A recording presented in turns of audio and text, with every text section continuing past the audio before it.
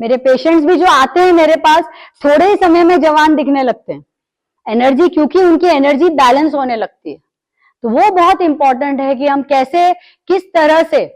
किस तरह से एंटी एजिंग में जी सकते हैं। तो सबसे पहले जो एजिंग का सबसे इंपॉर्टेंट फैक्टर है, आप जानते हैं मैं इतना ज्यादा आप लोगों को रोक टोक करती हूं, वो है डाइट, हमारा आहार। आयुर्वेद क्या कहता है? You are what you eat. आप जो खा रहे हैं उसकी वजह से ही आपका जीवन है। बीमारियां आप जो खा रहे हैं, मेन फैक्टर है आपका आहार, जिसकी वजह से आप बीमार हैं। ओके, तो आप देखिए, अगर आपने हेल्दी खाया, ओके, एक ईंधन है आपका, जो आहार है ईंधन है। अभी आपने अपनी गाड़ी को प्योर ईंधन दिया तो क्या होता है? गाड़ी बढ़िया कंडीशन में चलती है। और आप सब स्टैंडर्ड फ्यूल देंगे अपनी गाड़ी को तो गाड़ी जल्दी खटारा हो जाती है। बस वैसे ही है, आज जो है हम एक सब स्टैंडर्ड ईंधन आहार के रूप में अपने शरीर को दे रहे हैं, इसलिए वो बहुत जल्दी खटारा हो गई है। ठीक है ना? तो ये बात हमको समझना है।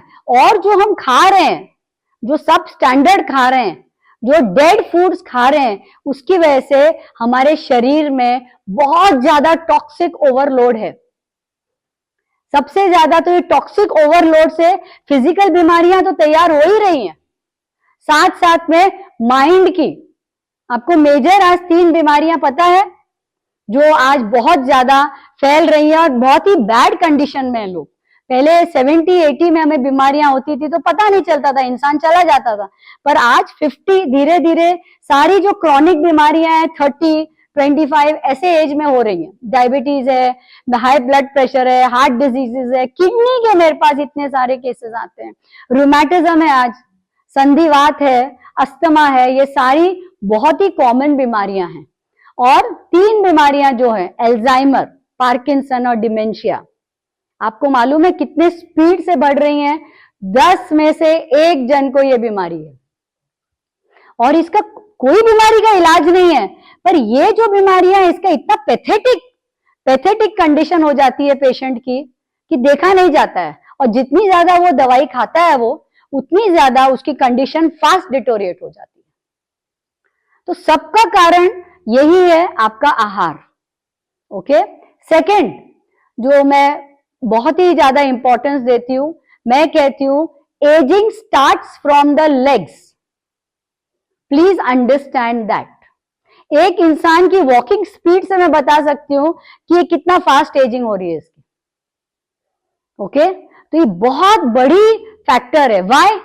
जब हम चलते हैं एक पर्टिकुलर स्पीड में, उसकी वजह से क्या होता है कि आपके पैर के, स्पेशली आपके मसल्स, आपके ब्लड वेसल्स, आपके नर्व्स बहुत ज्यादा अपने पैरों में है।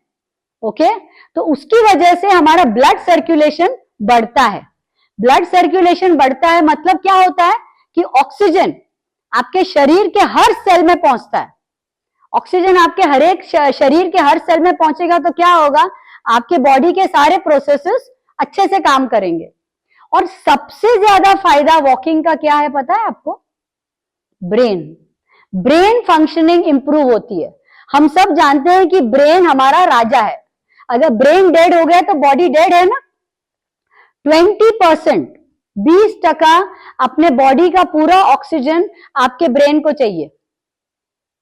आपको मालूम है वो कितने काम करता है? वो 1 सेकेंड में बिलियन ऑपरेशंस करता है वो 1 सेकेंड में। हमारा ब्रेन कितनी पावरफुल चीज है और आज वो बंद हो रही है। मेमोरी लॉस है, क्या क्या बीमारियां हैं, सब चीजें, सारी कॉग्निटिव फंक्शंस बहुत ज्यादा बढ़ रही हैं। तो आप सोचिए कि आपके सिर्फ चलने से आपकी हर बीमारी का इलाज है अगर आप अच्छे से चलें तो। And speed is important. Okay, speed is important. तो हम हमेशा एक ही बात कहते हैं, ageing starts from the legs. और जिस दिन आपने चलना बंद कर दिया, ये समझ लीजिए कि आप बहुत जल्दी बूढ़े हो जाएंगे, बहुत जल्दी। बीमारियां तो लगेंगी पर बुढ़ापा बहुत जल्दी आ जाएगा। कोई पतला है, कोई मोटा है, irrespective of that, everyone has to walk, everyone has to walk. That is what we say, it's compulsory, it's compulsory. इसलिए हम चाहते हैं कि यहां पर भी आप आए हैं तो पुश कीजिए, क्योंकि यहाँ पे एनवायरमेंट इतना बढ़िया है। तो आप खुद देखेंगे कि एनर्जी लेवल्स बहुत हाई रहते हैं यहाँ पर। तो यहां से आप शुरू करेंगे और अपने आप को पुश करना, ज्यादा चलना, आप खुद देखेंगे कि आपको कितने फायदे होंगे। Third is sleep routine. आपकी जो स्लीप का पैटर्न है वो बहुत इंपॉर्टेंट है। साउंड स्लीप, मिनिमम 5 आवर्स हमें साउंड स्लीप होनी ही चाहिए।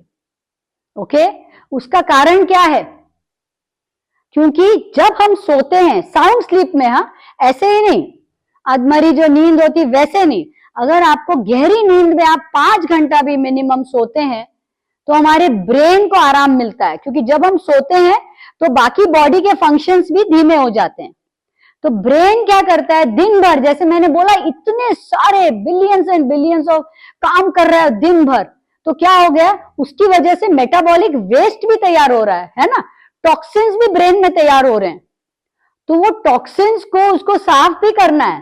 तो उसके पास भी, आज जैसे हमने लिम्फेटिक ड्रेनेज सिस्टम की बात की, उसके पास भी एक ड्रेनेज सिस्टम है, उसको बोलते हैं ग्लिम्फेटिक ड्रेनेज सिस्टम। ओके, उसकी वजह से वो सारा कुछ जो टॉक्सिन्स रहते हैं, जो खराब प्रोटीन्स रहते हैं, जो भी रहता है, डैमेज सेल्स रहते हैं, उस सबको वो निकाल सकता है। नहीं तो सारी बीमारियां हैं। सबसे पहले आपकी इम्यूनिटी लो रहती है। इम्यूनिटी लो रहेगी, एलर्जीज तो कॉमन है, पर सारी बीमारियां हैं। प्लस जैसे मैंने आपको कहा, functioning of your endocrine hormonal glands suffer. Okay, तो वहां से सारी प्रोसेसेस में इफेक्ट होता है, हर तरह से डाइजेशन में इफेक्ट होता है। तो सारी बीमारियां कनेक्टेड है विथ योर स्लीप पैटर्न। और मेमोरी लॉस, वो ब्रेन की तो बीमारियां अलग ही हैं, वो तो है ही।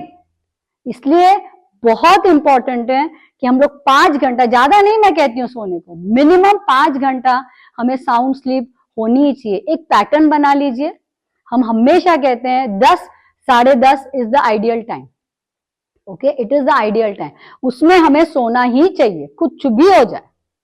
थोड़े दिन नींद नहीं आएगी, धीरे धीरे आप सोने की एक बार शुरुआत करें तो एक पैटर्न बन जाता है। आप जल्दी सोएंगे तो ऑटोमेटिकली आप सुबह 5 बजे उठ जाते हैं, 6 बजे उठ जाते हैं, अल्टीमेट है।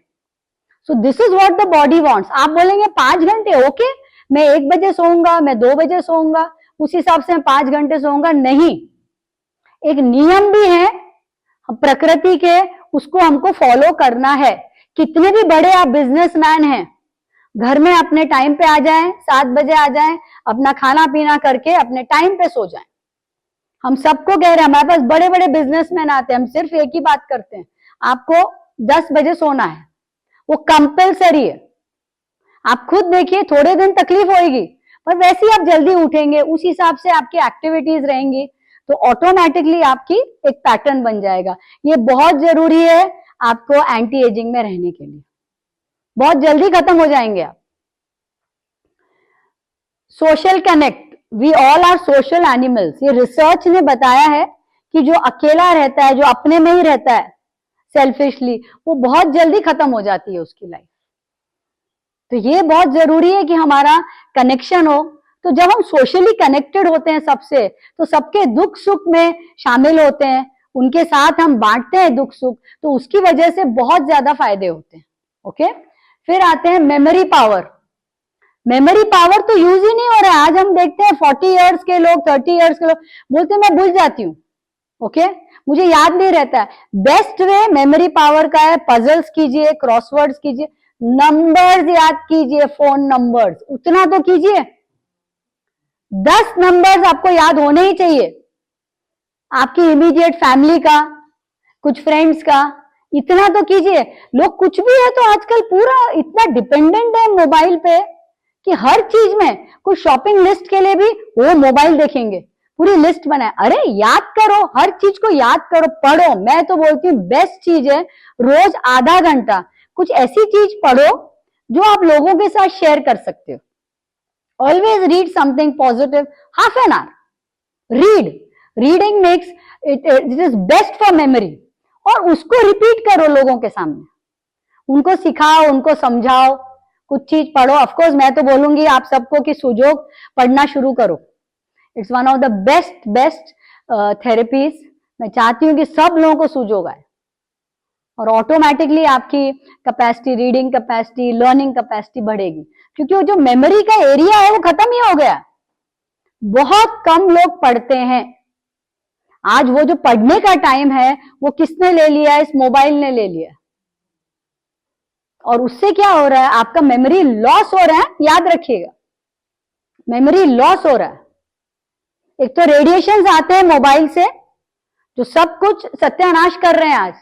तो मोबाइल का भी अपना टाइम फिक्स रखा कीजिएगा, इतना ही टाइम मैं यूज करूंगी, उससे ज्यादा नहीं।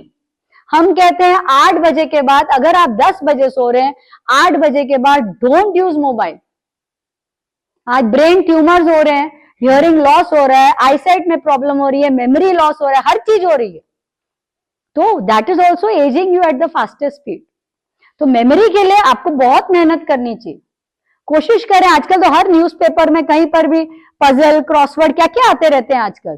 थोड़ा तो कोशिश करें, थोड़ा तो mobile time. I am shock, people are all the time on mobile. क्या कर रहे हैं आप? ये कर क्या रहे हैं? इससे आपको मिल क्या रहा है? अभी मैं हमेशा कहती हूं, अभी हमारा जो जीवन है ना, ज्यादा बीत गया है, थोड़ा बचा है। हमें पता नहीं हम कितने साल जिएंगे। जीना है हमको 50 साल एटलीस्ट मिनिमम, पर कितना बचा है हमें पता नहीं। तो किस तरह से जीना है? अब समय नहीं निकालोगे अपने लिए तो कब निकालोगे? इस शरीर को आप कभी रिटर्न में दोगे? ये आपने कभी सोचा है क्या? पता नहीं हम कब, हमें कभी बुलावा आ जाए। तो ये याद रखिए कि अभी हमें हर पल किस तरह से जीवन जीना है, वो बहुत इंपॉर्टेंट है, वो बहुत इंपॉर्टेंट। ओके, आपको चाहिए आप सो के जियो, आपको चाहिए मोबाइल में बैठ के जियो, आपके ऊपर है जैसे आपको जीना है। It is a very big tragedy. Average जो घर में भी लेडी है वो 4 से 5 घंटा मोबाइल पे रहती है। It is very sad. और वो पूरा वेस्टेज है, उसमें कोई यूटिलिटी का नहीं है, मोबाइल में कुछ भी नहीं है। सोचिए 24 घंटे में आप 4 घंटा अगर मोबाइल पे रहती हैं, आप क्या कर रही हैं अपने जीवन के बारे में? और कहते हैं हमारे पास समय नहीं है। अब उस 4 घंटे में वॉकिंग करो, रीडिंग करो, बहुत सारी चीजें आप कर सकते हैं अपने शरीर के लिए। ओके, तो अब सबके लिए मैं आज मोबाइल का बार बार बोल रही हूं, क्योंकि मुझे बहुत दुख होता है कि इतना समय आप निकाल रहे हैं इसमें, और रिटर्न क्या है? रिटर्न तो देखिए क्या मिल रहा है उसमें। आपको कुछ मिल रहा है क्या? फिर सोचिए, अब हमको इसी तरह से जीना है कि हमें कुछ मिल रहा है क्या, कुछ अच्छा, हमारे कर्म बढ़ रहे हैं, कुछ भी अच्छा हो रहा है क्या? वही काम कीजिए। हो गया अभी जितना था हमारा। स्ट्रेस लेवल्स, ओके, बहुत लोगों को स्ट्रेस जो है, हर एक के लाइफ में स्ट्रेस तो है ही। एक छोटे बच्चे को ही पूछोगे तो उसको पढ़ाई का स्ट्रेस है ना? हर एक को स्ट्रेस है। पर आप कुछ लोगों को देखते हैं वो जो मस्ती में रहते हैं, कितना भी काम करेंगे पर मस्ती में रहेंगे। Why? Because they know how to deal with their stress. Okay? कुछ नहीं तो छोटी सी बात को इतना बड़ा tin का पहाड़ बना देते हैं आजकल। ओवर थिंकिंग लोगों की इतनी ज्यादा है। कुछ नहीं तो पुरानी बातों का स्ट्रेस लेके जी रहे हैं। जब आप सफाई करते हैं अपनी घर की, साल में एक बार, दिवाली हो, जो भी त्योहार हो, तब कभी कभी आपने देखा कि आपने कितना सामान जो खरीदा था पैसे लेकर, आज वो उसको निकाल देते हैं ना रद्दी में, क्या बोल के कि अब मुझे इसकी जरूरत नहीं है। तो जो पुरानी बातें हैं जिनकी कोई जरूरत ही नहीं है, उनको क्यों गांठे बना के आप जीवन अपना स्ट्रेस आज जी रहे हैं? उसको, जो पुराना सामान है उसको प्लीज अपने जीवन से निकाल दीजिए, क्योंकि वो आगे चल के आपको स्ट्रेस देगा, बीमारियां देगा। ओके, तो वो हमें खास याद रखना है। जो बीती बातों का स्ट्रेस होता है, बीते सामान का जो हमें स्ट्रेस होता है, ये सब हमें खाली करना है। ओके, तो ही जाके आप एक स्ट्रेस फ्री लाइफ लीड कर सकते हैं। क्योंकि जब आप रात दिन स्ट्रेस में रहते हैं, body continuously releasing stress hormones, जो बीमारियां क्रिएट करती हैं, जो आपकी एजिंग को फास्ट करती है। ओके, तो ये बहुत जरूरी है। Last but not the least, no purpose of life. एक दिन मेरी एक फ्रेंड मुझे मिली और बोल रही कि अभी मैं सोच रही हूं कि मैं वृद्ध आश्रम चली जाऊं। मतलब क्या हो गया? बोलते हो गया ना, सब बच्चे सेटल्ड हैं, सब कुछ है, अब सुबह उठो, वही वॉकिंग को जाओ, खाना बनाओ, दिन में सो, फिर शाम को खाना बनाओ, वॉक करो, कभी किसी शादी में चल जाओ। ये कोई जीवन है? क्यों ऐसा जीवन जी रहे हैं हम? क्योंकि हमारे लाइफ में कोई पर्पस ही नहीं है। और अगर आप जीवन का कुछ उद्देश्य बनाएंगे, फिर आप देखिए कि कितना एक्साइटमेंट रहता है लाइफ में जीने के लिए। मेरे एक पेशेंट थे, रिटायर्ड थे, तो उन्होंने बताया कि मैं एक ऐसे संस्था, सीनियर सिटीजन्स की ऐसे संस्था में जुड़ गया हूं जहां पर हमारा एक ग्रुप है सीनियर सिटीजन का, कि हमारी लोकेलिटी में अगर पता चलता है कि कोई मर गया है तो इमीडिएटली वो पहुंच जाते हैं उधर। आजकल आप देखेंगे कि बुजुर्ग बहुत सारे लोग अकेले ही हैं, तो फोन करना है उनके बच्चों को, जो भी है काम, वो सारा कुछ वो लोग करते हैं, सारी तैयारी वो लोग करते हैं। कभी कभी तो कोई भी नहीं रहता है उनका, तो वो भी दाह संस्कार भी वो लोग ही करते हैं। पर देखिए, उन्होंने एक लाइफ का पर्पस बना लिया है ना, तो उनको जीने में मजा आ रहा है। आपको जिंदगी का कोई भी आप पर्पस बना सकते हैं, यूं ही मत जिए जीवन, नहीं तो मजा आएगा ही नहीं। एजिंग का एक बहुत बड़ा फैक्टर है कि लाइफ में कोई पर्पस ही नहीं है, बस ऐसे ही जी रहा है इंसान। तो वो हमें समझना है। जापानीज लोग बोलते हैं सबसे ज्यादा जीते हैं, वहां पे 100 ईयर सेंचुरियंस सबसे ज्यादा है। बोले इकी गाय करके वो बोलते हैं, इकी गाय बोला जाता है इसको, purpose of life. Yes, they have a purpose of life, everyone thinks of some purpose. किसी भी तरह से आप कनेक्टेड रह सकते हैं। चलो आपके एरिया में कोई कुत्ते हैं, उन्हीं के लिए आप कुछ खाना बना के दे रहे हैं, कुछ भी, ये पर्पस बन जाता है ना। फिर रोज आप सोचते हैं कि मुझे ये काम करना चाहिए लाइफ में। तो इस तरह से हम कोई भी पर्पस अपने लाइफ का बना सकते हैं। और फिर देखिए, हमें कल जाने वाले हैं, पर क्यों रुके हम मौत के लिए? क्यों ना, जब हम कोई पर्पस बनाते हैं तो ही हम एंजॉय कर सकते हैं। मैं वो कौन बनेगा करोड़पति में देख रही थी, उसमें अमिताभ बच्चन जी इतने सुंदर ढंग से सबके लाइफ के ऐसी बातें निकाल के लेते हैं उनसे। तो एक क्लर्क था गवर्नमेंट ऑफिस में, तो आप विश्वास, 30 साल, अभी रिटायर हो गया, 30 साल की उसकी नौकरी थी। तो वो एवरीडे क्या करता था, उसने बोला शुरू में मैं जाने लगा तो मैंने देखा मेरे एरिया में कहीं पेड़ नहीं है, तो उसने एक पर्पस बना दिया लाइफ का कि रोज ऑफिस से आते वक्त के रास्ते में वो एक प्लांट लगाता था। आप सोचिए 30 साल में उसने कितने प्लांट्स लगाए होंगे, कितने बड़े बड़े पेड़ हो गए होंगे।